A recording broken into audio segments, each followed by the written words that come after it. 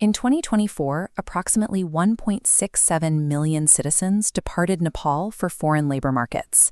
In return, the nation received $14.2 billion in financial remittances. That financial inflow accounts for 29.6% of Nepal's total gross domestic product. On paper, it looks like an economic lifeline. This flowchart shows the macroeconomic concept known as Dutch disease in the context of remittances. The massive influx of foreign capital enters the economy, but instead of financing productive local industries, it flows into the consumption of imported consumer goods. Over time, this dynamic erodes local labor market participation. Persistent, high-volume cash inflows appreciate the exchange rate, which systematically reduces the competitiveness of domestic exports.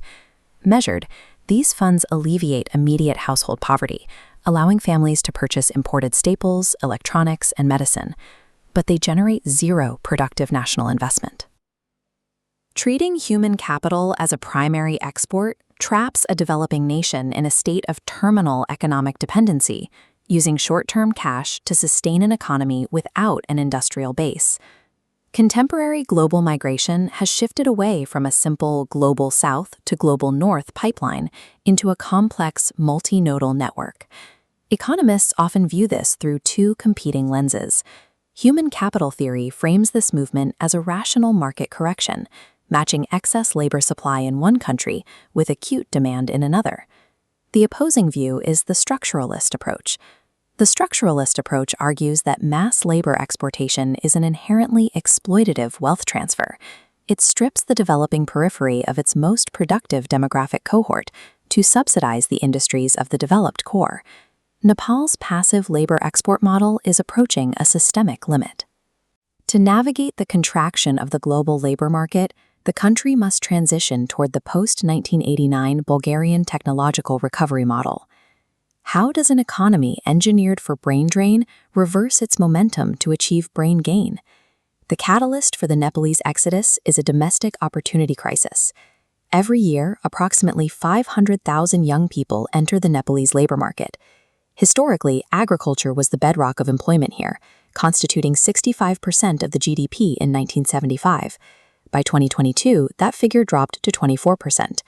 This agrarian collapse is driven by severe land fragmentation, a reliance on antiquated farming techniques, and soaring input costs. The sector has lost its social appeal and economic viability, leading to vast tracts of abandoned farmland. While the service sector expanded to fill the GDP gap, the nation failed to build an industrial base. Without manufacturing to create formal jobs, educated youth are pushed into an informal sector with a 12.7% underemployment rate and no social security. For hundreds of thousands of Nepalese citizens, emigration is no longer a choice for upward mobility. It is a structural necessity caused by a failure of domestic industrial strategy. Traditionally, Nepalese labor was exported to the Gulf Cooperation Council and Malaysia to fill elementary construction and manufacturing roles. The Gulf Cooperation Council is a political and economic union of Arab states bordering the Gulf. The human cost of these routes is severe. Government statistics record over 700 fatalities annually.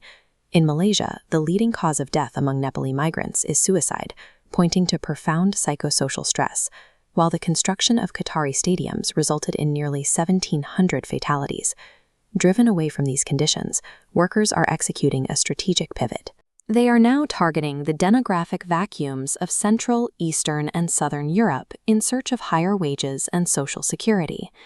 The acceleration of this new route is best explained by cumulative causation theory. It is a sociological model suggesting that each act of migration alters the social context, making subsequent movement more likely.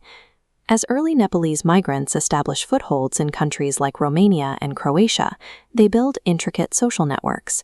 These networks reduce the logistical risks and transaction costs for subsequent waves of migrants. The statistical result is a surge in migration. In the 2017 to 2018 fiscal year, Romania issued merely 316 permits to Nepalese workers. By 2024, that number was 12,700. In Croatia, the number grew from exactly 5 individuals to 14,240 over the same period. The combination of fatal conditions in the Middle East and established social networks in Europe has transformed European migration from an isolated economic decision into a cultural expectation. Eastern Europe courted this labor to survive its own post-Soviet demographic collapse. Decades of mass westward emigration to countries like Germany and the UK had left industrial gaps across the Balkans. This map shows the immediate threat to the Nepalese strategy. The European strategy of utilizing South Asian labor to plug demographic gaps is currently undergoing a coordinated political and economic contraction. In Romania, demand for new Nepalese workers collapsed by 60.5% in the first month of the 2025 fiscal cycle. Stricter EU-aligned minimum wage laws, specifically Law No. 283/2024, increased compliance costs for employers, cooling mass foreign recruitment in low-skilled sectors.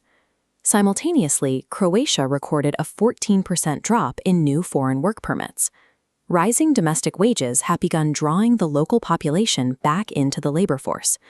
A 17% increase in pensioner employment, over 37,500 individuals, has directly filled the gaps previously allocated to Nepalese labor.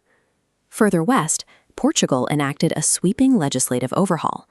They abolished the manifestation of interest mechanism, a legal loophole that previously allowed non-EU nationals on tourist visas to secure an employment contract and transition to legal residency. Nepal's macroeconomic survival relies on exporting labor to the European periphery. But that periphery is rapidly stabilizing its own markets and actively shutting the door. To understand the mechanics of reversing human capital flight, we must pivot to Bulgaria post-1989, a nation that endured one of the most severe demographic contractions in modern history. Following the collapse of the Eastern Bloc, Bulgaria lost roughly 22% of its national citizenry to westward immigration.